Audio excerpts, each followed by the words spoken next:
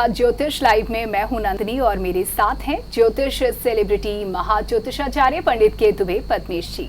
पंडित जी नमस्कार, बहुत स्वागत है आपका। तो दर्शकों, ज्योतिष लाइव में आज हम बात करेंगे अधिक मास की, जिसे खर मास या पुरुषोत्तम मास भी कहा जाता है। हम सभी जानते हैं कि इस बार सावन सिर्फ 1 महीना का नहीं बल्कि 2 महीने का है और इसके पीछे की वजह खर मास ही है। और ऐसे में बहुत जरूरी हो जाता है कि हम खर मास को और समझें, जानें इसके महत्व को और इस दौरान किस तरीके के क्रियाकलाप जो हैं वो हमें पुण्य की प्राप्ति करवा सकते हैं, यानी कि हम इसका पूरा लाभ उठा सकते हैं। तो चलिए शुरुआत करते हैं पंडित जी से, जानते हैं कि पंडित जी सबसे पहले तो आप हमें ये बताइए कि खर मास अधिक मास की हम बात कर रहे हैं, इसे पुरुषोत्तम मास भी कहा जाता है। आखिर इसे पुरुषोत्तम मास क्यों कहा जाता है? नंदिनी जी, थोड़ा सा संशोधन कर लीजिए जी। खर मास साल में 2 बार आता है। अच्छा जी। ये खर मास नहीं है जी जी। जब सूर्य धन में होगा या मीन में होगा तो खर मास कहलाता है जी। वो बृहस्पति के कारण से खर मास बढ़ता है। बिल्कुल। ये अधिक मास जी मल मास या पुरुषोत्तम मास कहते हैं। जी बिल्कुल। तो शुरुआत से ही जिस तरीके से होता है ना, हम जानते हैं, इधर उधर से सुनते हैं, लेकिन कहीं ना कहीं वो जानकारियां गलत होती हैं और उद्देश्य यही है पंडित जी आपसे साझा करने का कि जो कमियां हैं, जो गलत जानकारी है वो दूर हो सके और सही दिशा में हम सही ज्ञान प्राप्त कर सकें। तो पुरुषोत्तम मास इसे क्यों कहा जाता है पंडित जी? जिस मास में सूर्य की संक्रांत नहीं होती है जी, वो अधिक मास मल मास या पुरुषोत्तम मास कहलाता है। 18 जुलाई को श्रावण का द्वितीय हिस्सा शुरू होगा जी। 17 को संक्रांति है।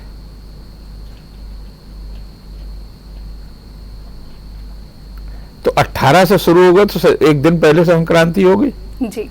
उधर 16 अगस्त तक चलेगा। हाँ जी।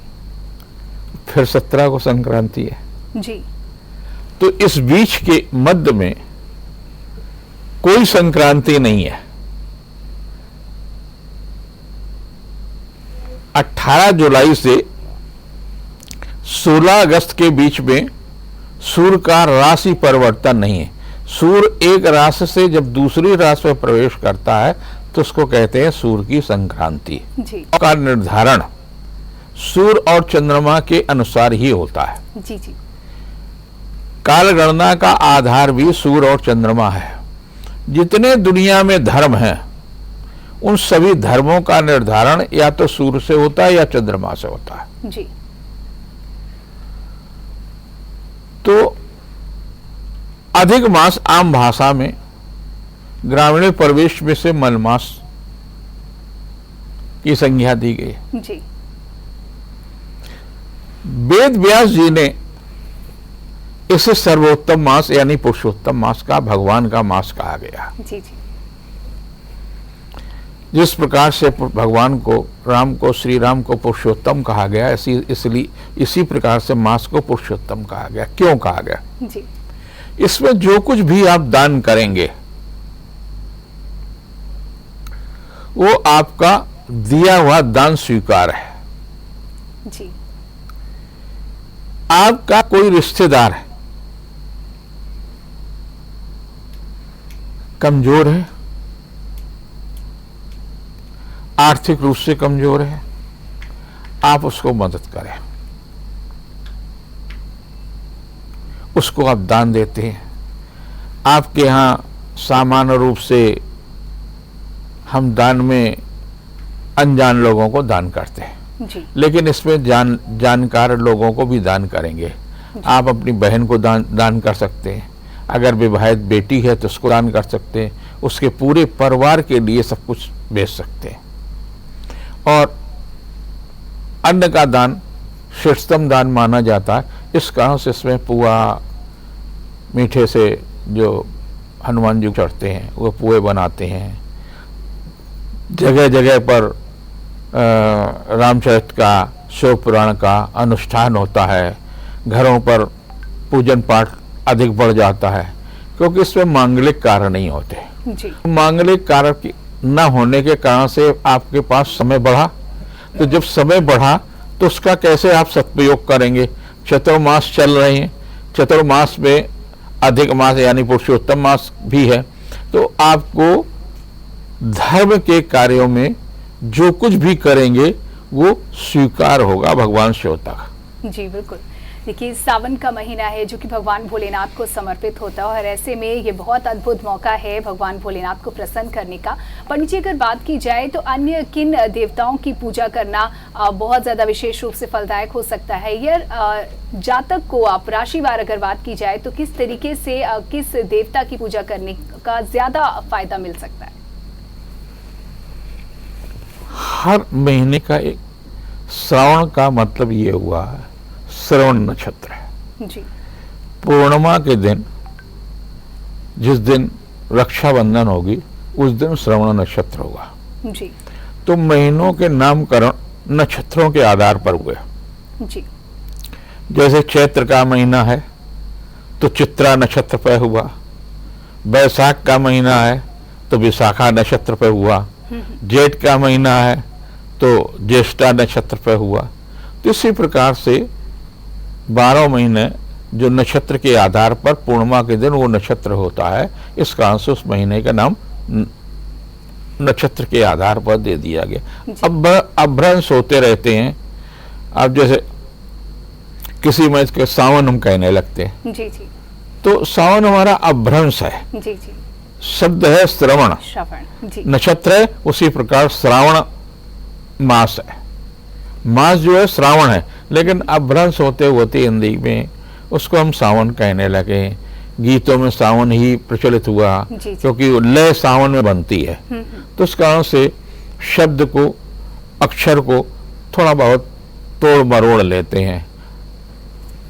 और बिल्कुल देखिए, वहीं अगर बात की जाए, क्योंकि जो धर्म कर्म से तो हर आयु के लोगों को जुड़ना चाहिए, चाहे वो बुजुर्ग हों या वयस्क हों, और बच्चों को भी हम चाहते हैं कि उनका भी झुकाव इस ओर हो, लेकिन हर एक उम्र के हिसाब से उनकी जिम्मेदारियां अलग अलग होती हैं। इसकी अपेक्षा माना जाता है कि बुजुर्गों के पास अधिक समय होता है, और ऐसे में उन्हें सलाह दी जाती है कि पठन पाठन की ओर ध्यान दें, मन लगाएं।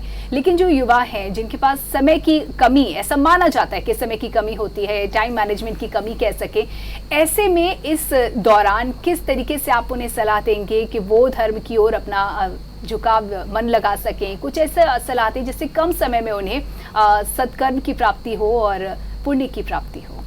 नंदनी जी, आज का युवा धर्म की ओर अधिक अग्रसर हो रहा। जी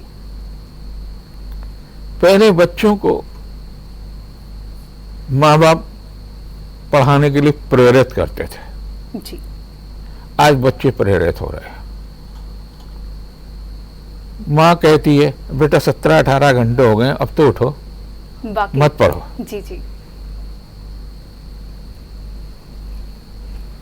तो परिवर्तन हुआ, युवाओं में बड़ा सुखद परिवर्तन है। जी अभी हमारे स्कूल दुर्गा प्रसाद विद्या निकेतन की कल एक लड़की मुझसे मिलने आई थी,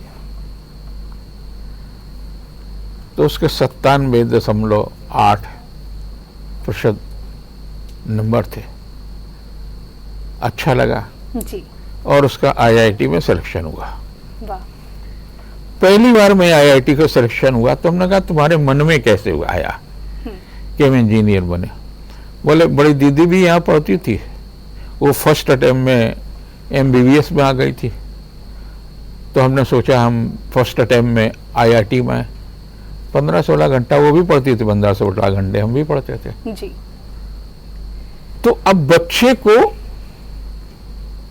प्रेरणा का स्वरूप उसके दादी दादा नानी नाना या माँ बाप नहीं है, वो स्वयं है। और उसको लगता है कोई संबल ऐसा चाहिए, कोई ऐसी अदृश्य शक्ति चाहिए जो हमारे कार्य क्षमता को बढ़ा सके, श्वास को ठीक कर सके और एकाग्रता बढ़ सके। तो बच्चे भगवान शिव के नजदीक हैं, पार्वती जी के नजदीक हैं। हम देखते हैं कि नवरात्र जब होते थे तो मेरी एक बच्ची अनामिका 9 दिन के व्रत करते थे जी। और 9 दिन के व्रत में केवल लौंग और पानी पीते थे। अद्भुत। जी जी। उसको हम लोग मना भी करते थे कि बेटा नहीं, लेकिन नहीं, हमने कहा हम देखिए हम भी व्रत करते हैं और हम तो कुछ न कुछ खाते हैं। बोले आपकी उम्र है, आप खाइए। लेकिन उसने कोई समझौता नहीं किया और लगातार पूजन करती। बहुत सुंदर। जी, तो जी। इस प्रकार से युवाओं में अधिक वो है। वही हमारी माँ 6 घंटे 7 घंटे खाली समय होता था, पूजा करते थे। जी। वो अपना कप में चाय नहीं पीते थे, तो लोटे में चाय पीते थे और भर करके लोटा चाय होता था। जी जी। और अपना पूजा भी करती रहती थी, चाय भी पीती रहती थी। अच्छा। जी। तो अलग अलग स्थितियां अलग अलग लोगों के साथ की हैं। तो ऐसा नहीं है कि आज का युवा और वृद्ध ज्यादा समर्पित है, ऐसा नहीं है। जी जी। युवा भी उतना ही समर्पित है और उससे पता है हमारा लक्ष्य क्या है। हम लोगों के कालखंड में जो युवा होता था तो उससे जब पूछा जाता था कि आप क्या करेंगे, तो कह देते थे नौकरी करेंगे। बिल्कुल फोकस ही नहीं। कोई फोकस नहीं था कि नौकरी का कोई तो प्रकार होगा, किस तरह की आप नौकरी चाहते हैं, किस तरह का। जो हमें बड़ा आश्चर्य होता है, हमारे साथ विज्ञान के साथ में हाई स्कूल में इकोनॉमिक्स थी। जी। अब विज्ञान और इकोनॉमिक्स का क्या संबंध, लेकिन थी। थी। तो उस समय जो परिवार के लोग, टीचर ने कहा, इकोनॉमिक्स के टीचर संभवतः वाजपेयी जी थे JNK में, तो वो उन्होंने कहा कि इसका इकोनॉमिक्स से लिख दे। तो हमारे भाई साहब ने कहा कि हाँ लिख दो। जी। बस यहाँ इसी तरह से तय हो गया। जी। मतलब हमारी रुचि का कोई ख्याल नहीं रखा और हमारी उस समय रुचि भी कुछ हो भी नहीं सकती थी, कोई ज्ञान भी नहीं था।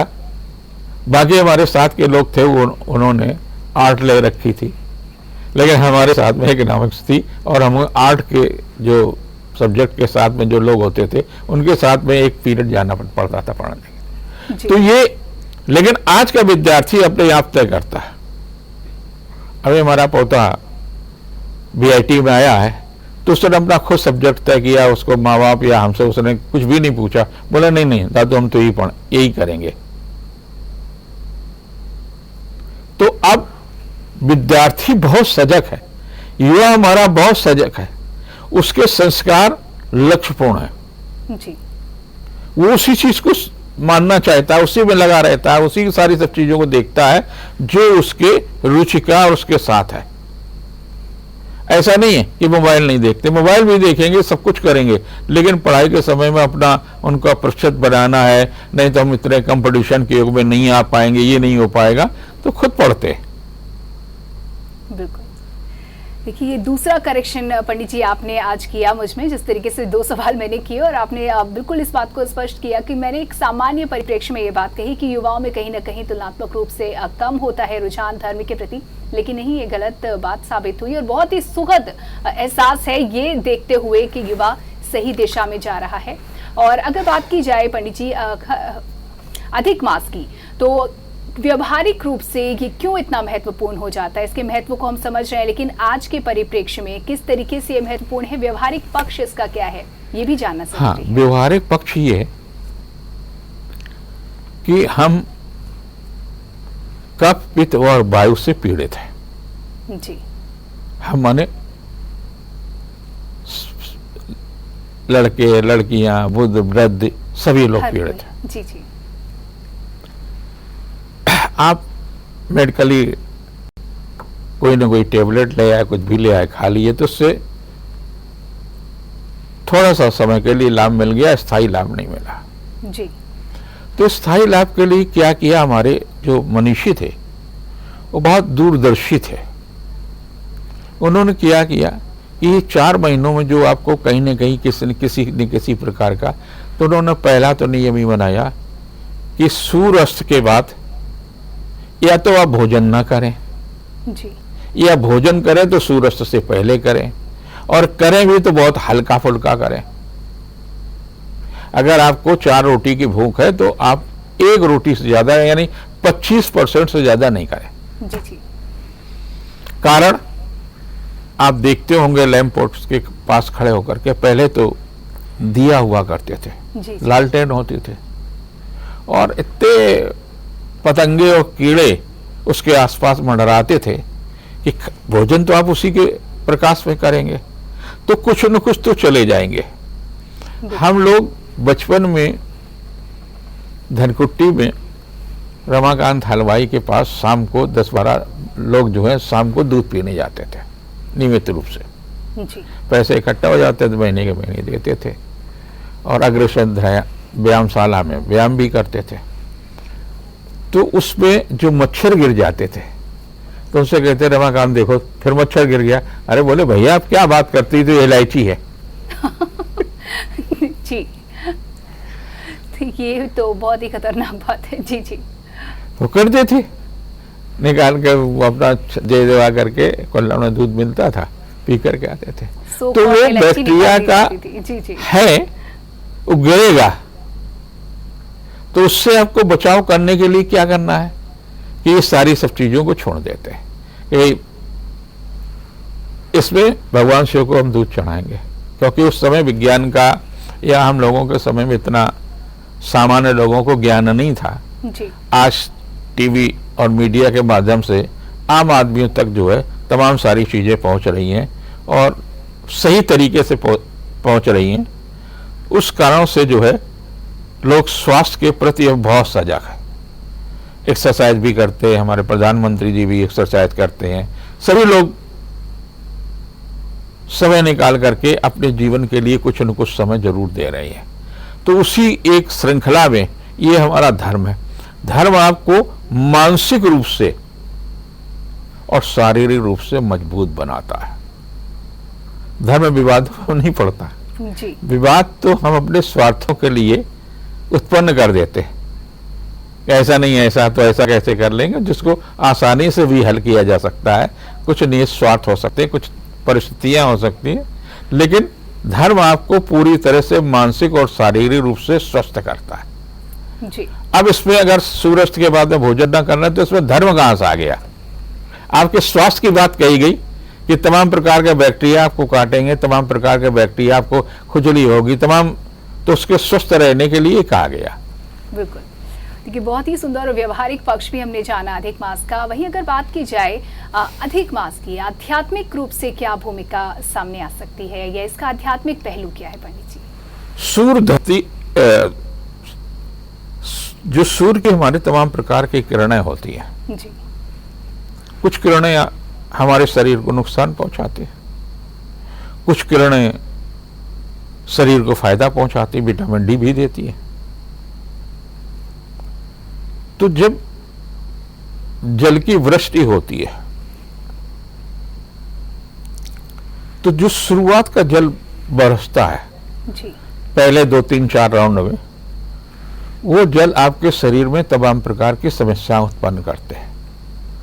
गांव में कहते थे भीगना नहीं, जुआ हो जाएंगे बालों में। जी जी अब तो इस तरह के शैम्पू आ गए कि जो है देखने को भी कम मिलते हैं, जी लेकिन होते होंगे।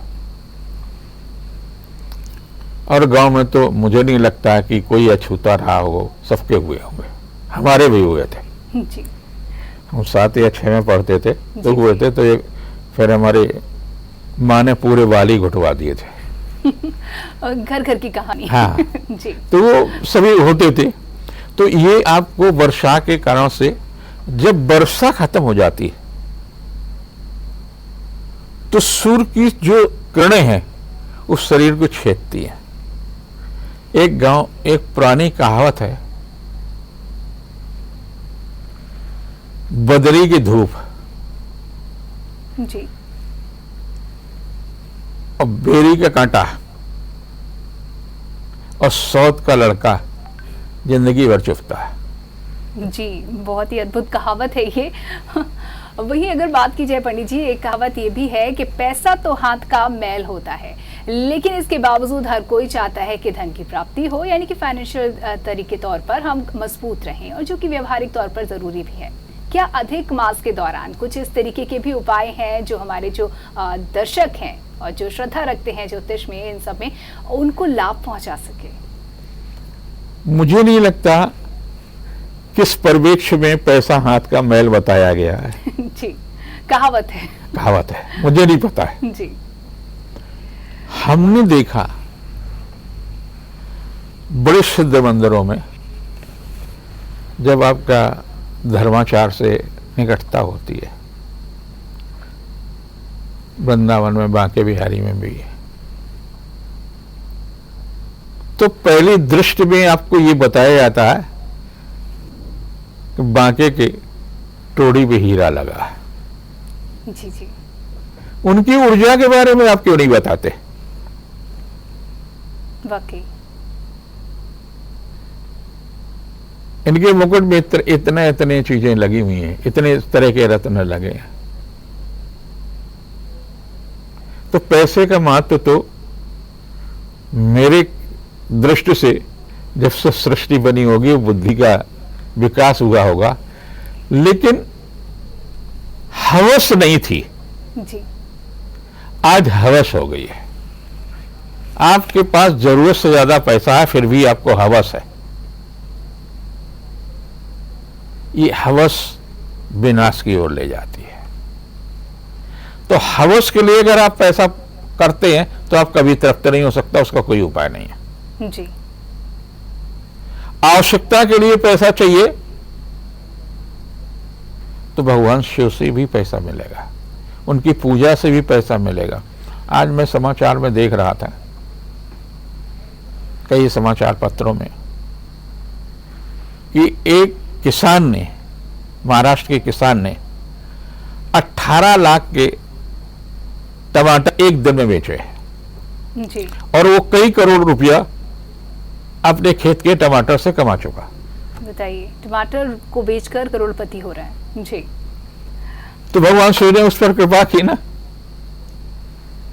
कि सावन के महीने में टमाटर से करोड़पति हो गया। जी, तो इसी प्रकार से आप पर प्रभु किस रूप में कैसे कृपा कर दे, तो आप प्रभु पर कितनी आस्था रखते, भगवान शिव पर कितनी आस्था रखते, ये निर्भर करता है। कई लोग इन दिनों में 18 जुलाई से और 16 अगस्त के बीच में एक समय भोजन करेंगे। कई लोग सुंदरकांड का पाठ करते, कई लोग शिव पुराण का पाठ करते, कई लोगों के यहां रामायण का पाठ होता है। उनकी आस्था है। हम भी 11, 12, 13 अगस्त को सुंदरकांड का और तमाम इस प्रकार धार्मिक आयोजन दुर्गा प्रसाद विद्या निकेतन में कर रहे हैं, भंडारा भी करेंगे, सारा सब कुछ करेंगे। तो इसी प्रकार से अपनी व्यवस्था के अनुसार कुछ न कुछ लोग करते हैं। जी, और जब उसकी भावना होती है तो उसको परमात्मा भी उस प्रकार का सहयोग देते हैं। बिल्कुल। देखिए, अगर भावना होगी तो परमात्मा भी सहयोग देंगे, लेकिन भावना जो है वो सच्ची हो और संतुलित हो, यानी कि अति किसी भी चीज की नहीं होनी चाहिए। वहीं कुछ लोग पंडित जी मोक्ष की कामना के साथ भी पूजन करते हैं, दान पुण्य देते हैं। अधिक मास के दौरान यदि मोक्ष की प्राप्ति की कामना मन में हो तो किस तरीके की गतिविधियों की आप राह दिखाएंगे? ज्योतिष का सिद्धांत कुछ अलग है, जी, धर्म का सिद्धांत अलग है, जी, अच्छा, व्यवहारिक सिद्धांत अलग अलग है, बिल्कुल, हम तीनों पर बात कर रहे हैं। जी, ज्योतिष में ही कहा, भोग और भुक्त अगर जीरो हो जाएगा तभी मुक्त हो गया, मोक्ष प्राप्त होगा। अगर बैलेंस रहेगा भोग और भुक्त तो आपको पुनर्जन्म मिलेगा। अब आगे भक्ति का। धर्म कहता है काम, अर्थ, धर्म और मोक्ष, चारों का संतुलन अगर आपके जीवन में रहा तभी आपको मोक्ष मिलेगा। हमारे यहां काम को नकारा नहीं गया, लेकिन काम को में भटकाव नहीं रखा गया है। जी। संतत उत्पत्ति को एक धर्म का कार्य माना गया है, और आज की परिस्थितियां, आज की तमाम सारी चीजें, वहां भी बड़ा व्यवसायिक हो रहा है। शादी हुई, अपनी इच्छा से वर और कन्या ने विवाह तय किए, माता पिता की अनिच्छा से विवाह भी हो गया, उसके बाद में कुछ महीने के बाद में तलाक हो गया, और उसमें कंप्रोमाइज जब होता है तो एक पक्ष कहता है कि मुझे इतने लाख रुपया चाहिए।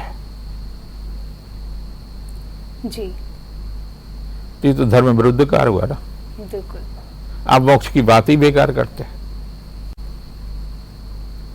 काम, अर्थ, धर्म और मोक्ष, कबीर ने भी कहा, साईं इतना दीजिए। भगवान सुन ने भी मांगा, ऐसा नहीं है। साईं इतना दीजिए जामे कुटुंब समाए, मैं भी भूखा ना रहूं साधु भूखा ना जाए। जी। हमारे घर में अतिथि आए तो उनको सत्कार से भोजन तो करा सके।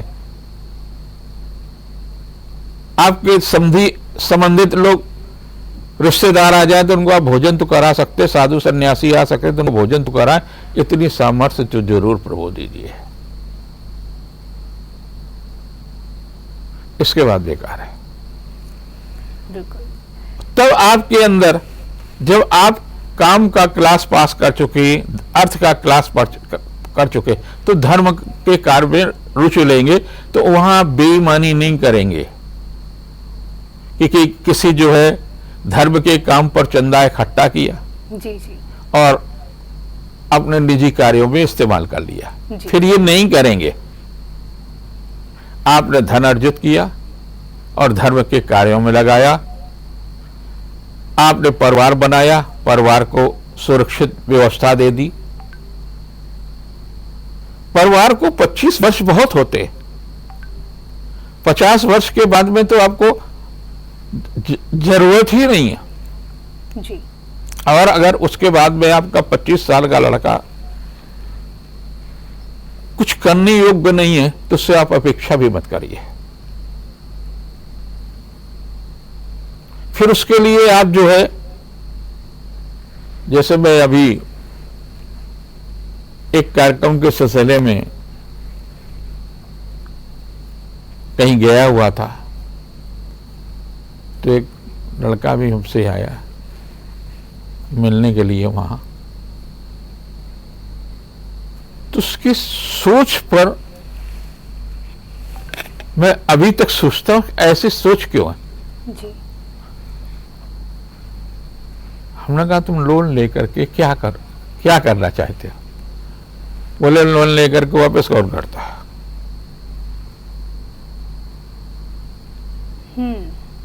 जी। सब खा रहा है, देश खा रहा है। वो बेवकूफ है जो बाप के धन को न उड़ाए और सरकार के धन का न उड़ाए। तब ये जब सोच होगी तो उससे आप अपेक्षा करेंगे मोक्ष की,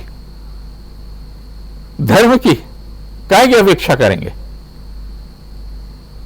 पिता ने कितनी पैतृक संपत्ति को किस तरह से बना करके आपको एक व्यवस्था दी, और अगर उसको उड़ाया नहीं तो बेवकूफ है। अगर ये लड़के की सोच है तो हम क्या करेंगे। मैं बहुत देर तक फिर उससे कहा, हमने कहा ठीक है फिर तुम कभी आना। बिल्कुल। उसको संतुष्ट नहीं, उसका तो सोच ही ऐसी है, उसको बदल नहीं सकते आप। सबसे महंगे कमरे में ठहरा था जी। तो अब क्या करोगे। बिल्कुल। और इस तरीके की भी सोच हो सकती है, और इससे कैसे निपटना है, ये भी एक बड़ा सवाल यहाँ पर खड़ा हो जाता है। देखिए, चर्चा बहुत सुंदर चल रही है पंडित जी के साथ, और ये सिलसिला जारी रहेगा। लेकिन फिलहाल एक वक्त छोटे से ब्रेक का है, जल्द लौटेंगे, कहीं मत जाइएगा।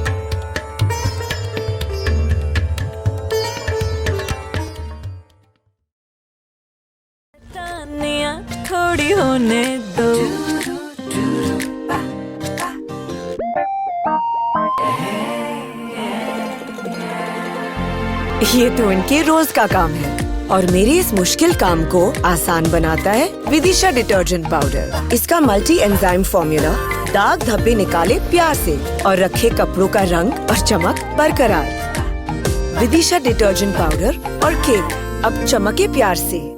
कब्ज, गैस, पेट का भारीपन दूर करे। टेक्नोफार्म की कैस्टोफिन टैबलेट व चूर्ण कब्ज भगाए। कैस्टोफिन टैबलेट व चूर्ण कैस्टोफिन। यूपी में ब्राइडल क्वालिटी और लेटेस्ट वैरायटी देने के बाद अब अंकित साड़ीज लाए हैं लेडीज वेयर के साथ मेंस वेयर की शानदार range. Ethnic wear, Indo western sherwani, designer कुर्ते, सूटिंग शर्टिंग। उत्सव आपका, कलेक्शन हमारा। अंकित साड़ीज आएं और अपने उत्सवों के लिए संपूर्ण रेंज पाएं, वो भी होलसेल रेट में। वेडिंग के latest collection, bridal lehenga, gown, party wear saris, salwar suit. Ankit saris, P road, Generalganj, Kanpur. नई ब्रांच 255 पनकी रोड, कल्याणपुर। 24 घंटे इमरजेंसी सेवाएं देने वाला Chandni hospital private limited, multi specialist hospital, Aryanagar, Kanpur. Hospital की ओर से संचालित Chandni school of nursing and paramedical centre व चांदनी कॉलेज ऑफ नर्सिंग यहाँ कुशल निर्देशन में तैयार किया जाता है पैरामेडिकल और नर्सिंग स्टाफ। अगर आप भी मेडिकल लाइन में पैरामेडिकल स्टाफ के तौर पर बनाना चाहते हैं करियर, तो ज्वाइन कीजिए Chandni school of nursing and paramedical centre, Vikas Nagar, Lakhanpur, Kanpur. Chandni colleges of nursing, Basausi, Ramabai Nagar, Kanpur.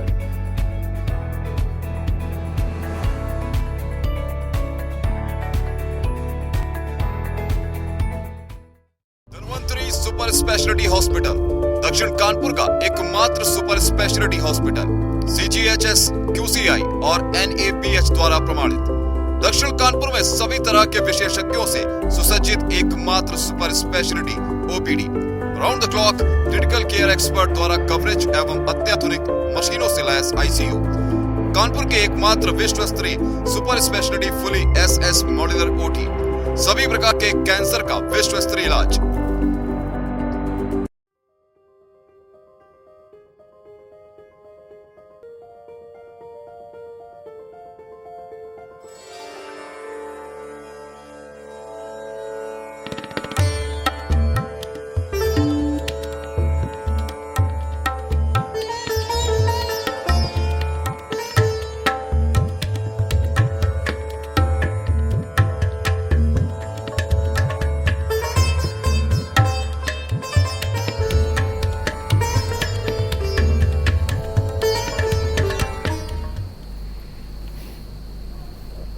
Break के बाद आप सभी का एक बार फिर से स्वागत है ज्योतिष लाइव में। आज हम बात कर रहे हैं अधिक मास के महत्व पर और इसके हर पहलू पर लगभग बात करते हुए चर्चा जो है वो बहुत ही रोचक हो चली है। और इसी चर्चा को आगे बढ़ाते हुए पंडित जी जानना चाहेंगे हमने युवाओं की बात की और हम पा रहे हैं कि युवा हमसे कहीं ज़्यादा जीनियस साबित हो रहे हैं। छोटे छोटे बच्चे बहुत स्मार्ट हैं और चीज़ों को बहुत तेज़ी से कैच करते हैं, समझते हैं। तो क्या ये उनके पिछले जन्म के कुछ संस्कार होते हैं जो वो साथ में लेकर के आते हैं? क्योंकि हम पूर्व जन्म में यकीनन विश्वास रखते हैं।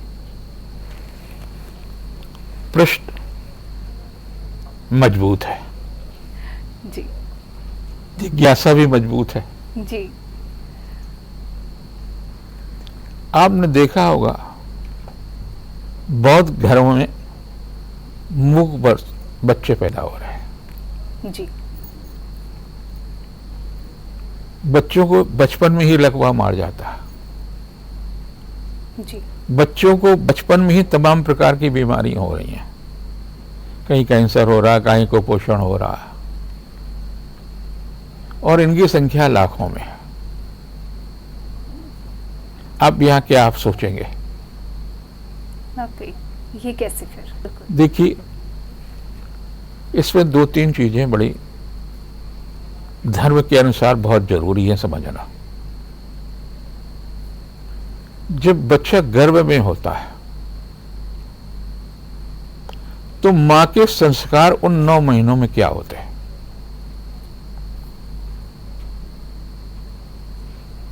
उन दिनों में अगर हिंसात्मक उसके संस्कार हैं तो बच्चे में हिंसा जन्म से ही पैदा होगी। माता धर्म और विज्ञान की टेक्नोलॉजी को समझने की कोशिश करती है, उसमें रुचि लेती है, तो बच्चे में उस प्रकार के संस्कार होंगे। नर्वसनेस, डिप्रेशन में रहती है माँ, जी, तो बच्चे में डिप्रेशन और उस तरह की समस्या उत्पन्न होगी। ये तो एक व्यवहारिक पक्ष है जी, और देखा भी जाता है। दूसरा ये कि आपने जब एक बार जन्म लिया तो बैलेंस शीट आपकी आई है। जी, बैलेंस शीट में कितना ऋण कितना प्लस, दोनों चीजें हैं। आपने जो विज्ञान का एक सिद्धांत है, प्रत्येक क्रिया के विपरीत प्रतिक्रिया होती है। जी, जी, आम भाषा में कहा जाता है जैसा बोओगे वैसा काटोगे। जी, मतलब वही है कि प्रत्येक क्रिया के विपरीत प्रतिक्रिया हुई। जी, आपने पूर्व जन्म में हिंसा की और जिस उम्र के पड़ाव पर हिंसा की, जब आप इस जन्म में उस पड़ाव पर आएंगे जी, तो आपके साथ भी वही होता है। आप किसी दुर्घटना के अकाल मृत्यु के शिकार हो गए। बहुत बड़ी, हम लोग एक पिछले दिनों में एक त्रासदी से गुजरे। त्रासदी थी कोविड, जी, और कोविड में फटाफट आदमी मर रहा था, लेकिन फिर भी उतनी संख्या नहीं हुई जितने एक्सीडेंट में लोग मरते हैं। वाकई ये फैक्ट है। बिल्कुल, गलती किसी की भी हो, लेकिन एक जवान, महिला, पुरुष, बच्चा अकाल मौत का शिकार होता है। जी, तो उसका मूल कारण है कि आपके अकाउंट में इतने ज्यादा नेगेटिव हो गए कि उसको आपको चुकाना पड़ा। एक साधन संपन्न घर में व्यक्ति पैदा होता है, बचपन से ही उसको सारी सुविधाएं हैं। एक मजदूर के घर में पैदा होता और मजदूर बन करके पूरी जिंदगी वो मजदूर बनता। 1% भी मजदूर का बच्चे बड़े बहुत साधन संपन्न नहीं हो पाए। क्यों नहीं हो पा रहे? उसका कारण ही यही है कि आप संस्कार विहीन जीवन जीते रहे, धर्म विहीन जीवन जीते रहे।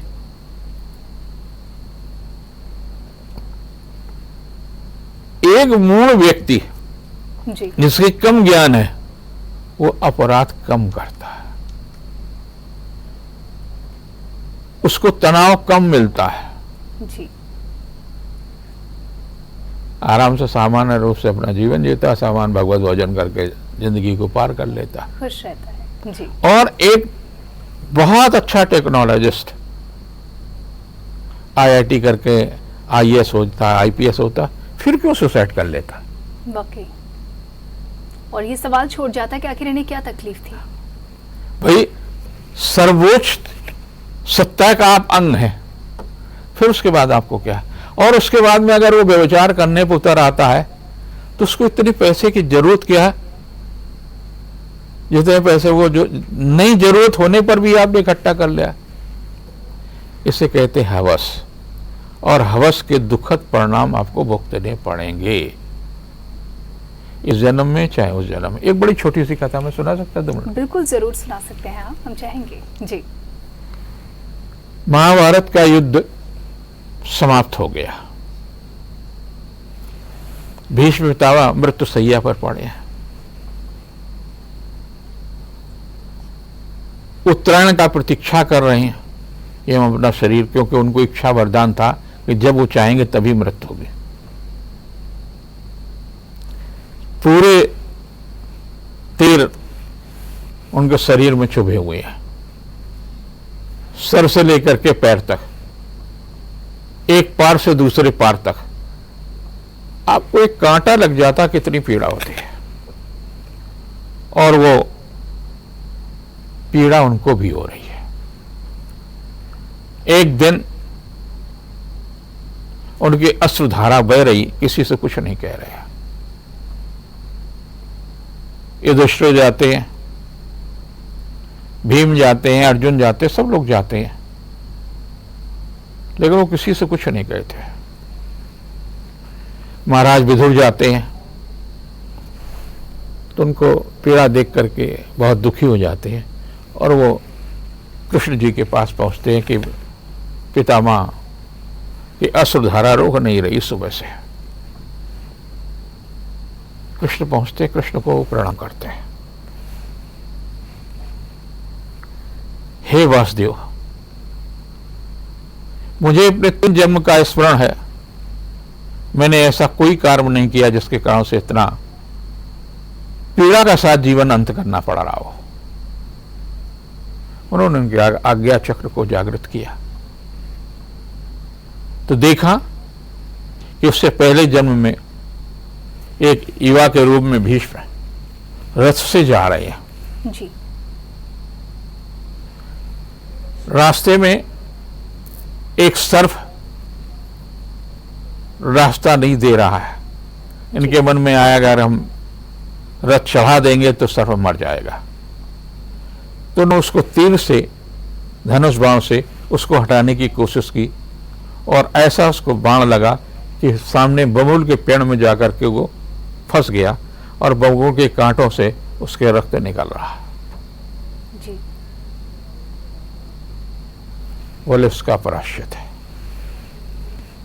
तो प्रायश्चित तो करना ही होता है, चाहे अनजाने में ही क्यों ना कहीं कहीं, क्योंकि यहाँ पर उनकी मंशा नहीं थी ऐसा करने की, लेकिन हुआ और उसका उन्हें प्रायश्चित करना पड़ा। क्योंकि उसने भी तरफ तरफ करके जीवन अंत किया होगा।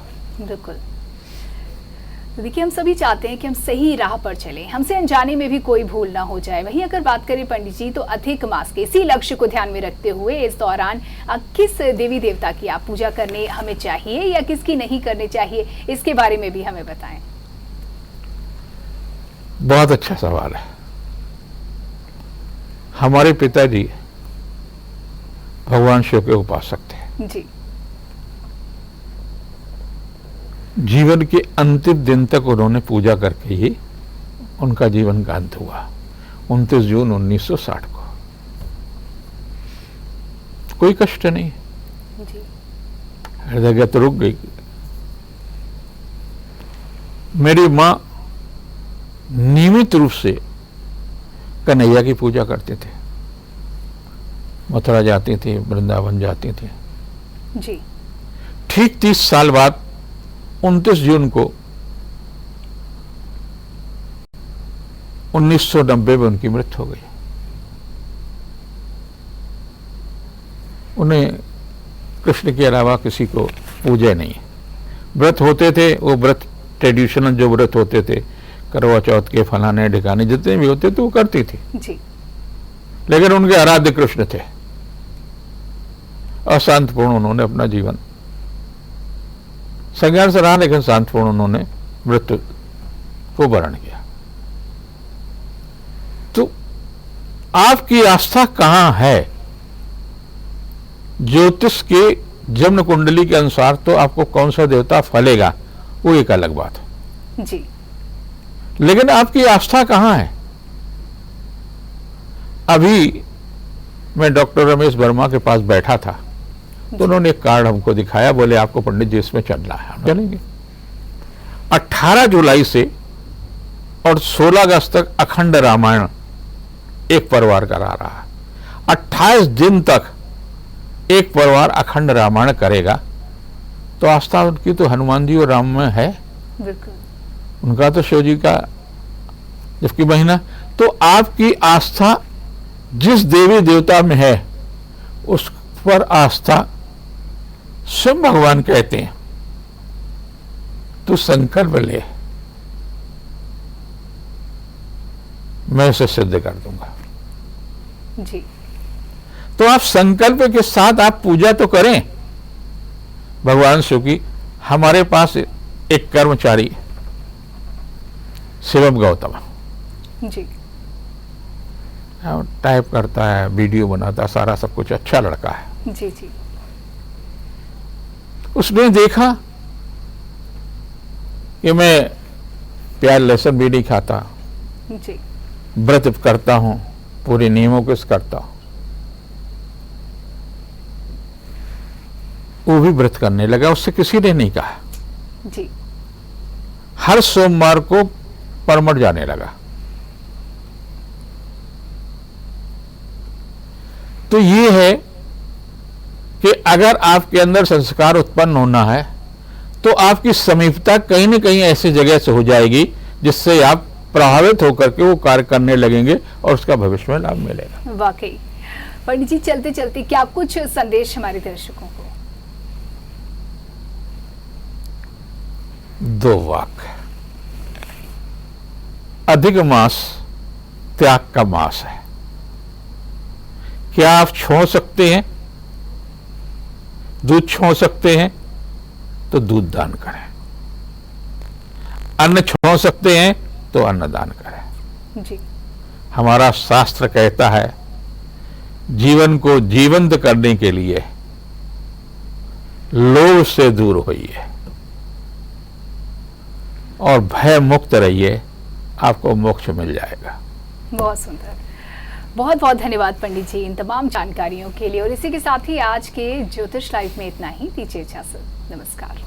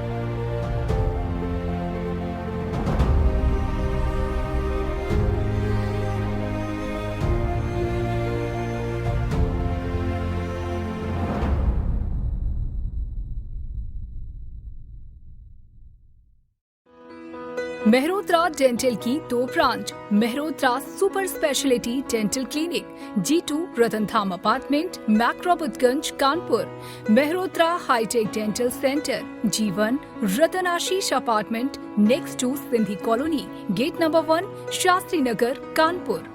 Dental treatment by super specialist dentist doctor, high-tech implant, laser, root canal treatment, teeth whitening cosmetic, orthodontic braces treatment and children dentistry center.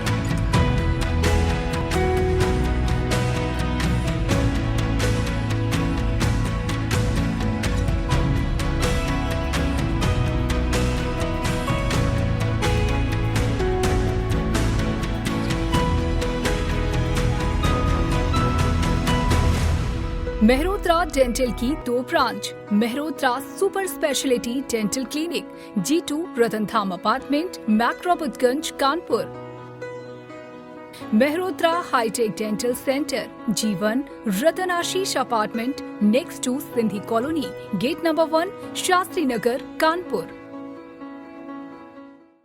अब कचौड़ी बनेंगी फटाफट। आज ही घर ले जाएं प्रभाकर कचौड़ी मसाले और बढ़ाएं अपने किचन की शान। प्रभाकर कचौड़ी मसाले के साथ जिसके कड़कड़ में दिखे शुद्धता की पहचान। हमारे अन्य प्रसिद्ध उत्पाद भरवा सब्जी मसाला, चारी आलू मसाला, काला नमक पिसा, सेंधा नमक शुद्ध, जलजीरा मसाला, बुकनू हाजमी। आपके स्वास्थ्य के सजग प्रहरी प्रभाकर मसाले।